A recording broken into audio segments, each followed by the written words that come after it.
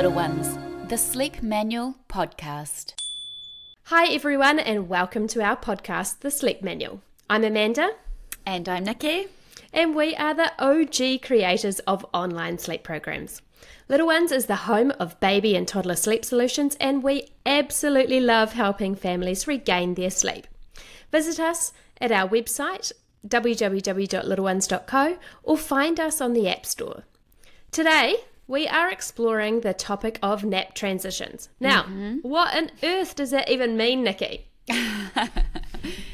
I'll tell you this, when you think you have everything sorted with your little one's sleep, just when you think the naps are sorted, maybe the nights are starting to fall into place, you're like, yep, this is smooth sailing, and then bam, something happens. And our babies go through several times during the first few years where their nap structure needs to pretty dramatically change, and that is going to cause a massive upheaval to their sleep. So today that's what we're going to be exploring. The thing about that is knowing what is coming up means that you're forewarned, and as that saying goes, Amanda, forewarned is forearmed. So if you know what's ahead in the roadmap, you can plan for it, and then hopefully it all runs a little bit smoother. So what we're going to look at today in this podcast is, what is a nap transition? When do they occur? Why that can be a tricky time for sleep? How do you know when your little one is ready to do a nap transition? How do you do the nap transitions? And our best tips for sailing through those nap transitions without too much upheaval to your little one's routine. So when do nap transitions actually occur? The first one that you will find is around 6 months, and it can be anywhere between sort of 6 and 8 months. And that is when they're going from 3 really good consolidated naps down to 2 naps a day. Then the next transition will be around 15 months, going from 2 naps down to 1. And between sort of 2.5, 3.5 years old, this is a bit of a tricky one. They go from 1 nap down to 0 naps, and I say that's tricky mostly for the parent because they don't get their toddler to sleep anymore. Yeah, and then once you lose that nap altogether, then it's a whole new world of parenting. Yeah, then you've got an awake toddler all day. Yeah. Okay, so let's have a look at then why during nap transition it can be quite a tricky time for sleep. And it's realistically when your little one is needing or going through a nap transition, it can affect their daytime sleep, it can affect their settling, and it can affect their nighttime sleep as well. The first thing about it is that a nap transition needs to happen because your little one has outgrown their sleep routine. So anytime there's a change to the routine, their sleep is going to take a bit of a hit because they just need to recalibrate a little bit in the new routine. Yeah, they've grown older and they just don't need as much sleep during the day anymore. But there is definitely a transition with any change in routine, isn't there? Yeah. And we generally find that what happens during a nap transition is, like Amanda said, they don't need as much sleep during the day, so they start needing more awake time. If they're still getting the same amount of sleep, even though they are now older, then it's definitely going to impact their nighttime sleep. So the sleep, like we said, needs to be recalibrated to a slightly different routine to suit the fact that your baby is now older and needs a slightly more mature nap pattern. So how do people know when their little one is ready for a nap transition? We've given the ages, but how do you know that it's the right time for your little one? I think my children, there were a couple of things that were really obvious, and this generally happens to most babies, is the real obvious one is that they're starting to wake more overnight. They're either doing that 2-3 o'clock in the morning, or they're chopping off that nighttime sleep, and this is a real trap to that you don't want to get into, is they're waking early morning because they are just sleeping too much during the day, so they don't need that nighttime sleep anymore. The early morning though one, that's tricky to get rid of, so try not to fall into that trap. Another one that they'll do is they will start waking 45 minutes after bedtime, because they are actually treating that bedtime as a nap rather than nighttime sleep now. They're just not tired enough. Keep going. To go to sleep for the night. Yeah, to go to sleep for the night. So they are. And also what we generally see is as well at bedtime is they just are really difficult to settle to sleep. So if your little one had previously been pretty easy to get to sleep for bedtime, and if they're approaching one of these ages that we've discussed, then you probably, and they're being really difficult to settle at bedtime, then you really need to take a look at starting to work through that nap transition. Another thing would be that nap that is about to be dropped is really hard to actually get your baby to have. It might have ended up, I know that sometimes when they're going from 3 down to 2 naps, I used to really struggle to get them to sleep, even though sometimes I knew that they actually needed to have a sleep that day. So I would inevitably go in the car or something for that nap just to make sure that they had it before they were transitioning. When your little one is still having 2 naps a day and you're dropping down to 1 nap, quite commonly that second midday nap is sabotaged because they've already had a sleep in the day. So yeah, sabotaging of the other naps is also a really good sign that your little one is due for this nap transition. So assuming our baby is the right age for these different transitions and we're starting to see the signs of it, how on earth do we actually do these nap transitions? But I think if you are a first-time parent, you just probably don't know. You don't know what you don't know, right? And people might assume you just stop doing a nap altogether. Is it as simple as that, Amanda? No, definitely not. I think that really we need to make sure that the first thing is that you have a really good nap structure in the first place.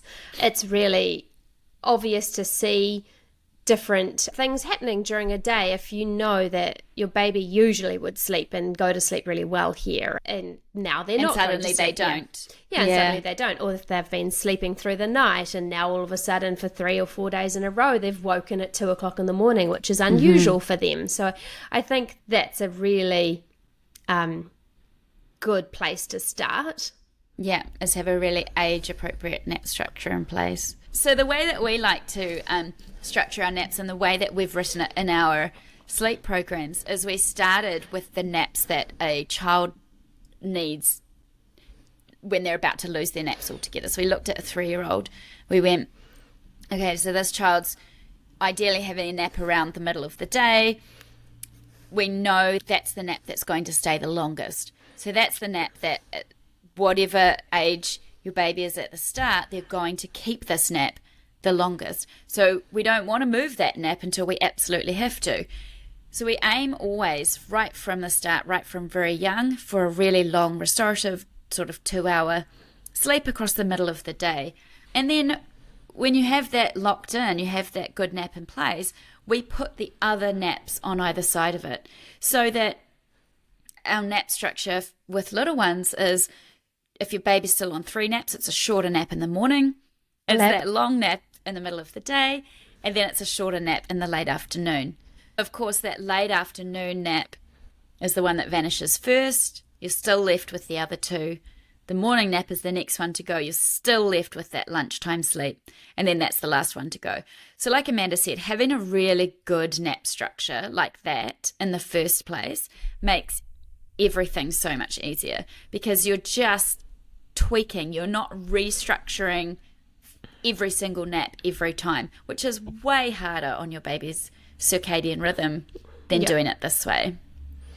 Yeah. So if we look at that 3 naps to 2, Amanda, what's your advice around getting rid of that late afternoon nap? So I think 3 to 2, that's not actually too hard to do this transition. That's actually probably the easiest one, to be honest. Yeah, it probably is. So from 3 down to 2 naps, we would shorten that late afternoon nap. Maybe it was 45 minutes, then it was shortened down to half an hour, and then it would shorten down to, you'd notice that your baby is getting harder to go to sleep at that 5 o'clock, 4:30 to 5 o'clock sort of time. They would maybe go down to 20 minutes, and I think the first thing that I would do is, if the baby is younger than 6 months, I would still almost force a nap there, because otherwise they're just totally. too young to get right through till bedtime. So whether you have to go for a drive, or I used to take my children out for a walk in the pram or something, just to make sure that they had that nap. I used to put the littlest one in a baby sling or carrier, and just wear her while I was cooking dinner for the other kids. Yeah. So just whatever you can do to get your baby to sleep if they're under 6 months, try. Even if it's only a 10, 15-minute nap, it's enough usually to tide them through until bedtime. Yeah, so sometimes it might even get right down to 10 minutes, and notice that you actually have to wake them, because otherwise if they do go to sleep, then they might be asleep for an hour and a half or something, and unknowingly that's then going to stuff up your nighttime. So massively stuff up your nighttime. Yeah. So I think get it down to about 10 minutes, and then once they're over 6 months, you can just ditch it altogether, but make sure you bring that bedtime forward. And now with all nap transitions, it's not the 6 months and that third nap is gone. Forever, that's it. Forever. I think this is probably the quickest transition, and you'll hear as we go on that the transition is longer as they get older. But some days they might still need to have a 15, 20-minute nap there just to catch up, because they are still recalibrating that sleep. They are still getting older. And also if they, for whatever reason, they haven't napped well during that day with their other naps, sometimes you have to throw that nap back in. Otherwise, they're going to be so overtired come bedtime, and then that's going to impact everything. For sure. It's actually a really awesome time to, if something does happen, like Nikki said, if they woke early at lunchtime or whatever, awesome to be able to just pop that third nap back in to be able to catch up. So then the 2 to 1 nap transition, as we said, we would leave that lunchtime, as Nikki said, leave that lunchtime nap there and shorten the morning nap. Now, this is actually a bit of a, different sleep programs do it a different way, but the reason we keep that lunchtime nap there is because, as Nikki said, it stays there for the whole time. And also, we know that people have more than one child, so if you've got an older toddler, they're still having a nap, then they'll be sleeping in the middle of the day, so having the baby down as well at the same time is great. But it's so good.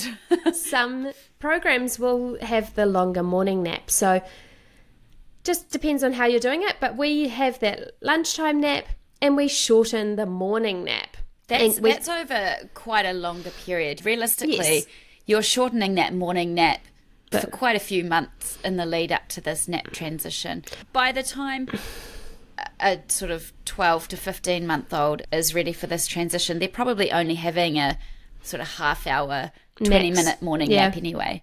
Yeah. So again, we're shortening that in response to them not sleeping so well in their lunchtime sleep. Maybe they start taking a lot longer to fall asleep for that lunchtime sleep. Maybe they've even started waking earlier in the morning because they know they need some more awake time before they get that longer morning nap. By shortening the morning nap, that's going to help resolve that early morning wake as well.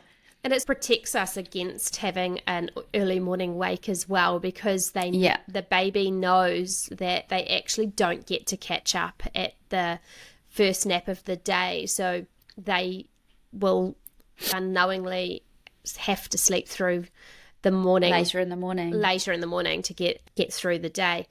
So then the next nap would be the 1 to 0 transition, and this can happen over, I feel like it's even like 6 honestly, months sometimes. Yeah, it's somewhere or after even a 2. Year. Yeah, I don't know. Between the age of 2 and 3, really.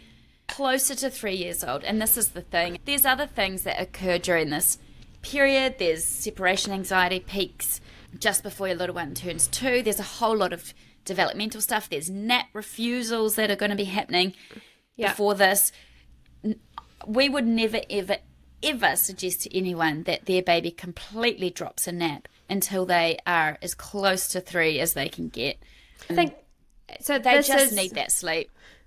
They do, but if you are genuinely, if you're offering the sleep and they're at least having some rest and they're not quite 3 yet, then fantastic. Oh yeah, of course, but great. Not in an 18-month-old. No, or a 2, or a just turned 2.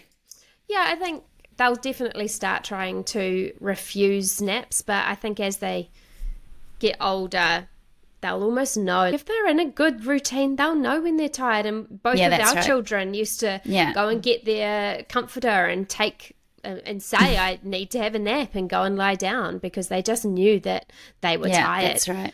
So this one can happen over a long period, and this transition, it may only be one sleep cycle when it's starting to reduce. So you may be down to 45 minutes, even half an hour down. Yeah, so the goal here is to reduce the lunchtime sleep. Yeah. The same as we did with the other naps. And I think too, some children will want to go to sleep. They'll want, once if they do go to sleep, they'll be so deep in a sleep that they'll want to try and sleep for 2 hours. But if that is sabotaging the nighttime or your bedtime or early waking, as we said before, you're going to want to shorten it down. Amanda, I'll just say here, very commonly we have questions, comments, our sleep consultants get asked all the time. We see it on our social channels. Oh, my 2.5-year-old, my 3-year-old is napping really well in the day, having a great nap, but then they're fluffing around at bedtime. It's taking them 2 hours to go to sleep, where they used to go to sleep at 7 or whatever. And what do I do? And it's just so classic. You've got to start reducing that nap, because that is exactly what will happen. But I think because that nap is so precious to us as parents, especially when you've got a toddler, because they are just chaotic energy non-stop, especially if you have more than one child. You just want to hold on to that nap as long as you can. But there comes a time when we have to take the plunge and go, okay, it's horrific, but we've got to start losing that nap. And you'll definitely see a big improvement to that bedtime settling. Yeah. So we generally would say over the course of several months, just reduce it until bedtime's fine. And then when bedtime takes a hit, reduce it again. Yeah, and even when you do actually completely manage to go through a day without having a nap, that's not the be-all and end-all. It doesn't mean that nap is now gone forever. So you'll probably notice that, especially if they're going to daycare or kindy or something, they may have a nap at home, but they may not when they're going to daycare. Or the opposite. Sometimes they'll have rest time at daycare, and then when they're at home, they're less energetic. They don't need the nap when they're at home. So it might mean for a couple of weeks or even a month or so that you're only not having a nap every, twice a week or something. And then it might be every second day. And then the nap might only be 2 times in a week, and the majority of the time that your child is not having naps now. So that nap definitely takes a while. It's not in one hit. Doesn't happen in one go. And then again, you'll have periods where maybe your little one hasn't napped for a week, but then maybe you have a really busy weekend and they have a bad night's sleep, and sometimes you just have to bring it in again. Or the dreaded falling asleep in the car. Oh gosh, at 5 o'clock. Oh, this is the absolute worst, because during this transition, your little one is going to be a bit grumpier than usual. Their sleep is recalibrating. They're catching up. They're trying to get used to being awake all day long. On the flip side, though, some people might find that their child's actually better behaved because they're actually not as high energy because they haven't slept 2-3 hours or whatever during the day anymore, so that they don't have as much energy. So, but the worst is then if you're going for a trip of anything longer than sort of 20 minutes in the car in the late afternoon. I remember just trying to avoid that altogether during that initial transition period, because you just know that they're going to fall asleep in the car. And then any amount of sleep at that time, and my younger two were the worst at this. If my son slept for 10 minutes in the car at that age, at say 4 o'clock in the afternoon, he wouldn't fall asleep till 9 o'clock that night. It was so bad. Yeah. And this is a hard transition, this one. And that 10 minutes has just sabotaged your whole... that 10 minutes of sleep means has cost him 2 hours. 2 hours, You're missing now 2 hours of nighttime sleep. The thing we really need to make sure we make perfectly clear as well is during these nap transition times, you really ought to be bringing their bedtime earlier just to help compensate for that. So even in that transition at sort of 15 months where they go from 2 naps down to 1, it might be that you have to bring that lunch sleep a tiny bit earlier during the initial stage of that transition. So maybe they're sleeping, say, 12 till 2 instead of 12:30 till 2:30. But definitely bring bedtime even just half an hour earlier, and slightly earlier bedtime is going to do wonders for staving off that overtiredness. And I would definitely, it's unfair to expect your child to suddenly lose a nap and continue through to their normal bedtime, certainly in the early stages of that transition. All right, so our best tips, Nikki. What are our best tips to get us through these transitions? I don't think any transition is ever smooth sailing, but we can do our best.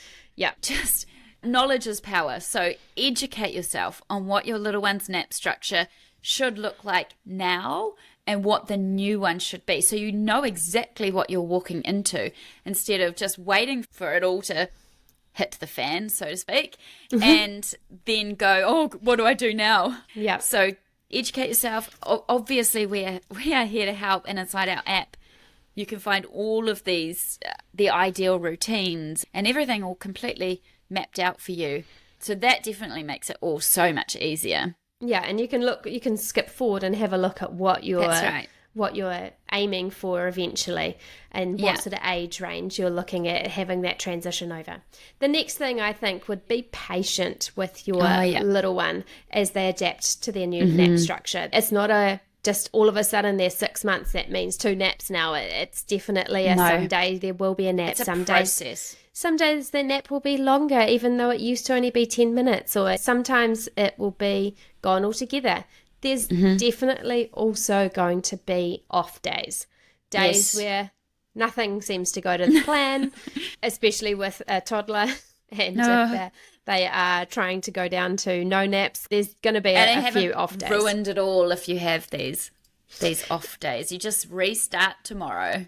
Yeah, exactly. That's the best thing with kids. You just restart again tomorrow. The key thing, though, during this time is to make sure that no new sleep habits come creeping in. And we're talking about those sleep habits where you're setting yourself up to continue doing something for an extended period of time. When your little one starts to resist bedtime in the evening and you're desperate to get them to sleep, and so you start rocking them to sleep, even though they were falling asleep by themselves previously. And that's actually an indication that they're needing to go through one of these nap transitions anyway. But the risk is that we're trying so hard to help them fall asleep that we start getting these new sleep habits set up. And at these ages, 6 months onwards, any sleep habits are going to happen and be locked in pretty quickly, and they're going to be a bit more challenging to break. But the good news is generally if your baby was sleeping pretty well prior to the transition, if you did end up having to break a habit that you've inadvertently added in, they will know how to go back to sleep and do it themselves again. Like it's not something that they've just forgotten how to do. That's right. Yeah. I think that pretty much sums it all up, Amanda, in terms of nap transitions. I hope you have some great takeaways from this podcast and that we've been able to help if you think your little one might be needing a bit of a change to their nap structure. Thank you so much for listening and being here with us today. Don't forget to listen to our other podcasts for lots more sleep advice, and of course visit our website www.littlenones.co. Find us on the App Store and join us on all our social channels. We would love to see you everywhere all at once. Thanks. All right. Thanks very much, and we'll talk to you again soon. Bye. This is Little Ones, the Sleep Manual Podcast.